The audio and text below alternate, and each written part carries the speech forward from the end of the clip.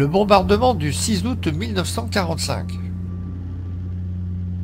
Plusieurs bombardiers B-29 partirent vers Nagasaki, mais la situation météo était mauvaise. Par contre, le temps était dégagé au-dessus d'Hiroshima. Parti de l'île de Tainan à 2h45, l'Enola Gay décolla en direction d'Hiroshima, distante environ de 3200 km et à une altitude de 9800 mètres. Le vol dura 6 heures et la bombe atomique, appelée Little Boy, fut armée une demi-heure avant le largage. À 8h15, la bombe Little Boy sortit de la soute à une altitude de 9450 mètres. Le 6 août 1945, à 8h16 minutes, 2 secondes, après environ 43 secondes de chute libre, activée par les capteurs d'altitude et ses radars, elle explosa à 580 mètres au-dessus de la ville.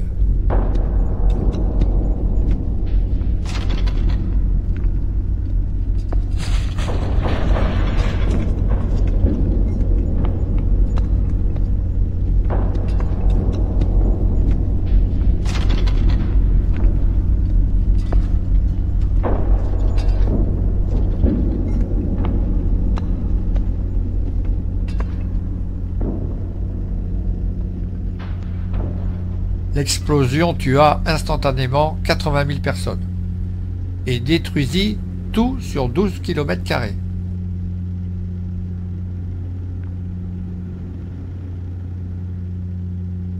La bulle de gaz incandescente de plus de 400 mètres de diamètre provoqua un puissant rayonnement thermique. La chaleur s'éleva un bref instant à 4000 degrés. Les personnes exposées à cet éclair furent brûlées. L'onde de choc induit des vents de 300 à 700 km/h qui balayèrent les habitations. Le champignon atomique, aspirant la poussière et les débris, entamait son ascension de plusieurs kilomètres et commença à recracher ses poussières contaminées.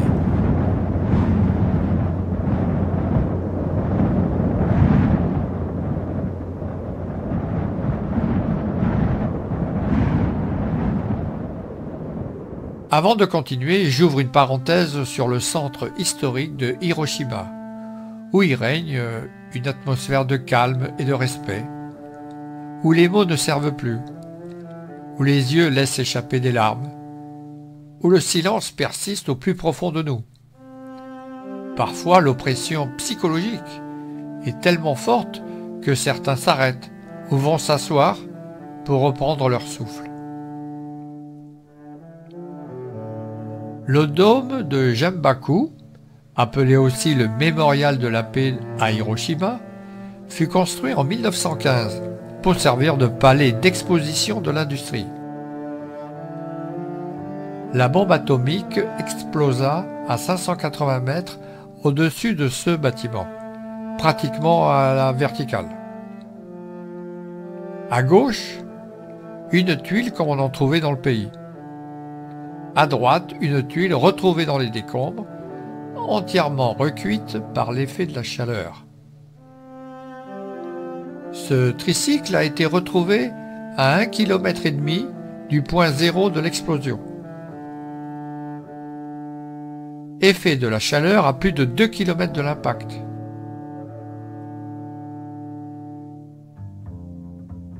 Et voici Yokito Fujii. Elle était assise dans une pièce, dos au mur nord. Elle a été exposée à la chaleur intense du flash venant de la droite. L'explosion a brisé les vitres et elle a été coupée par des fragments de verre qui ont traversé la pièce. Elle a réussi à s'échapper de dessous de la maison qui s'est effondrée juste avant que l'incendie ne se déclare. Directement brûlée par la chaleur intense, ses doigts de la main droite ont fusionné. Et voici Yokito, le 1er juillet 1955, à l'âge de 22 ans. Elle s'est mariée et elle a eu 2 enfants. Puis, vers la trentaine, elle a développé un cancer. Elle s'est brièvement rétablie après une opération à l'hôpital des survivants de la bombe atomique d'Hiroshima. Mais le cancer s'est propagé, lui causant des troubles physiques. Elle est décédée en 1977 à l'âge de 42 ans. Je referme la parenthèse et on découvre la suite des événements. Après le bombardement du 6 août 1945, le commandement militaire de Tokyo crut qu'il s'agissait juste de quelques lignes coupées par un bombardement isolé. Tokyo ne fut informé de la cause exacte du désastre que 16 heures plus tard. Au même moment, la Maison-Blanche annonçait publiquement le bombardement. Nous avons utilisé la bombe contre ceux qui nous ont attaqués sans sommation, à Pearl Harbor, contre ceux qui ont affamé et torturé les prisonniers de guerre américains, réalisé des exterminations en masse, en particulier à Nankin, contre ceux qui ont refusé systématiquement d'obéir aux lois internationales de la guerre. Nous avons utilisé la bombe pour réduire le temps de l'agonie de la guerre. C'est avec ces mots que le président Truman s'adressa au peuple américain après le bombardement d'Hiroshima et de Nagasaki. Le 7 août 1945, le bombardement d'Hiroshima ne modifia en rien l'attitude du gouvernement japonais, qui ne prit aucune mesure pour amorcer le processus de reddition. Le 8 mai 1945. Incroyable! L'URSS déclare la guerre au Japon.